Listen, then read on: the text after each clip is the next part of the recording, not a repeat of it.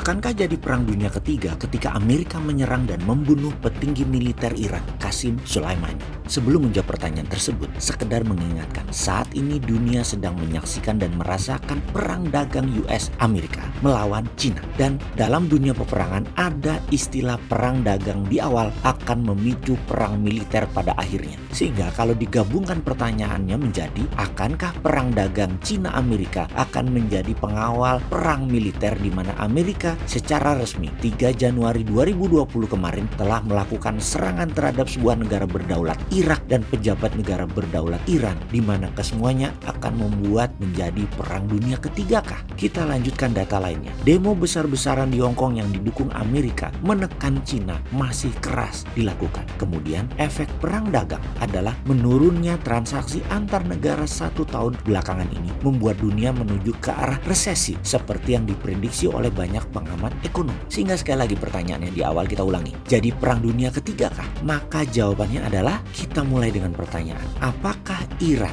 ada sekutunya? Punya bolokah Iran? Apakah sekutu Amerika mendukung Amerika di dalam tindakan biadab Amerika menyerang kedaulatan 2 negara Irak dan Iran? Sekutu Iran seperti negara Syiah lainnya plus Rusia serta Cina akankah membantu perang militer yang akan digelar? Pertanyaan berikutnya, war zone-nya di mana? Di mana medan perang Iran lawan Amerika itu? Apakah di Jazirah Persia Iran Irak atau di homeland-nya Amerika? Adakah battleground-nya itu? Di mana medan perangnya nanti itu? Lalu sekutu Iran bergerakkah? Akankah Iran mengirim pasukannya menyerang Pearl Harbor misalnya, melintasi Laut Andaman, Samudra Indonesia, Samudra Pasifik, serang dari sisi barat Amerika, atau menyerang Amerika dari sisi timur, menyeberangi Samudra Atlantis dengan memutari Afrika? Mungkinkah dilakukan Iran? Atau Amerika menggunakan armada lautnya menyerang Iran, atau juga melalui negara pendukung Amerika seperti Uni Emirat Arab, atau melalui Qatar,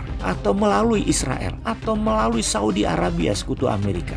Amerika menyerang Persia. Mana yang mungkin? Atau Iran serang Saudi, serang Qatar, serang Emirat. Ini kok malah jadi perang Sunni Syiah ya? Kok malah Amerika jadi anteng-anteng aja? Malah nggak pengaruh tuh. Pinter juga Amerika menganalisanya. Trump itu melanggar banyak international law plus melanggar HAM humanitarian. Terus bisa diapain? Hampir nggak bisa diapa-apain. Di dalam negerinya Amerika ada 2 hal yang ditarget dengan serangan ke Irak itu. Pertama, Presiden Clinton ketika di-impeach juga memerintahkan serang Iran agar status negara dalam negeri Amerika menjadi tidak stabil. Dalam bahasa kerennya, pengalihan isu. Dan dalam masa instabilitas itu, lobby-lobby politik dilakukan. Rasanya Trump meniru strategi Clinton persis, di mana hasilnya pemakzulan gagal total. Kedua, kita semua tahu resesi dunia menghantui di tahun 2020, juga tahun pemilihan Pilpres Amerika. Maka perang adalah salah satu solusi ekonomi terbaik dan sudah terbukti dalam sejarah Paman Sam. Perang solusi